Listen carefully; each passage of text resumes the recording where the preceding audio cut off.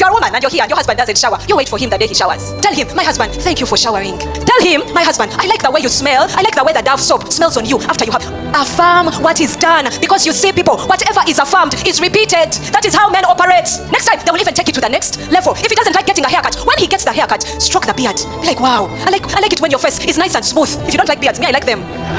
But there are some women who don't want. They want a clean, but then they complain because the man doesn't like to shave. Wait for him when he shaves. Stroke the face. Reinforce whatever is done. Whatever you reinforce will be repeated. Christian women, because it's obvious that these Christian and religious fanatics that are on the podium already making use of their microphones, they will not listen to us. That's why I said religion fanaticism, because one thing that religion fanaticism does to you, it makes you just think one line. You don't want to know what else is happening. You just want to, all that you've been indoctrinated with, you just stick to it. You don't want to know what's happening elsewhere.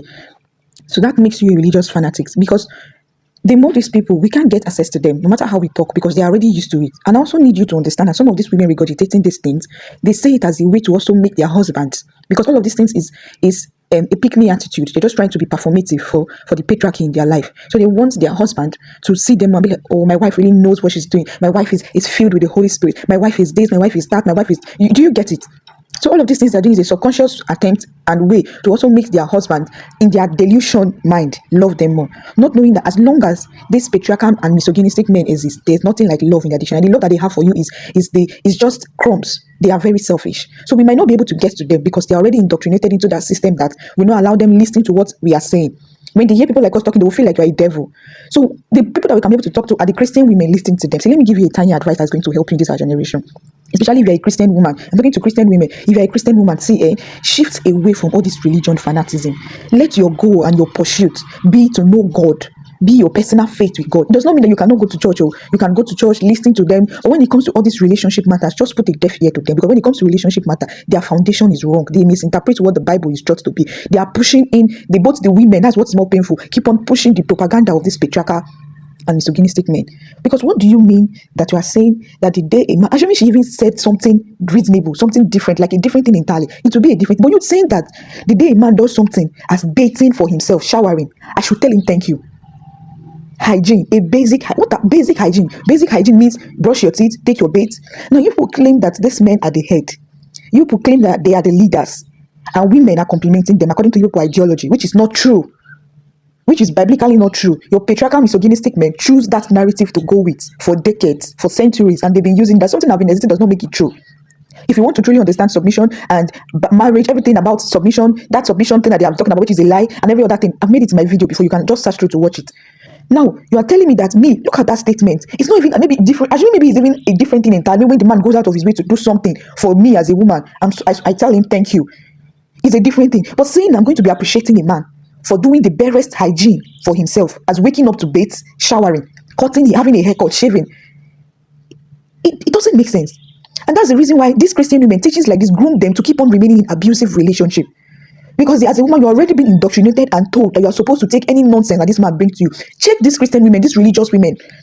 If I'm saying Christian women, it will look like I'm shooting myself on the leg, because I'm a Christian woman too. But I'm just trying to explain to you that these people are religious fanatics. You don't have to go with what I've been told.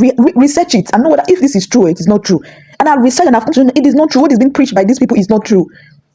God's intention is not to submit anyone into pain, into problem. God's intention is not for only the woman to submit. Both the man and the woman is submitting. These people just choose to make use of the wrong narrative.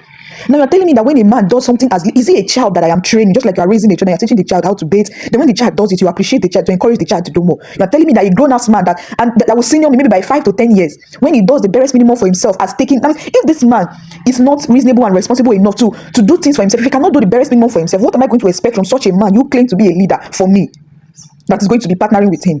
What should I expect from him? Do you see that these people, when it comes to relationship and marriage, they take their brain out, and I don't know what they reason with, and then cover everything with spiritualize everything, making it look like God is one partial human being.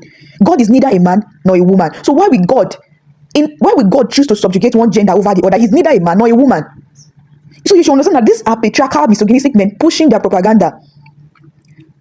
Because I'm really reading this thing and listening to it, and I'm just like, what is all this? The Christian women, you people are the one listening to this message. Take your time, shift away from toxic messages like this.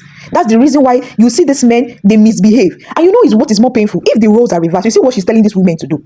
If the roles are reversed, that is a woman that cannot even have a bait for herself, that cannot even go to make her hair, what would the man say? You will hear the man audaciously cussing out the woman, making the woman look like she has failed. But now, just if the roles are reversed, can the men do this thing? That the man will now appreciate the woman just for her taking her bait, just for her going to have a haircut or make her hair. Do you see that it makes no sense? Because why will you be asking a woman to do something as that? But when the roles are reversed, they will create seminars and use almost 90 to 99% of their time teaching women how to relate to these men. But they don't teach these men how to relate to these women. That same Ephesians, that same Bible that you patriarchal and misogynistic men and pick me women use, also instructed that you two are submitting yourself one to another. Meaning, as a man, you submit to your wife. As a wife, you submit to your husband. As to your husband. That same Bible said that men should love their wife as Christ loved the church. Is there any way that you'll be practicing the kind of love, selfless love that Jesus had for the church, to the essence of laying his life, that you will not submit? Is there any way?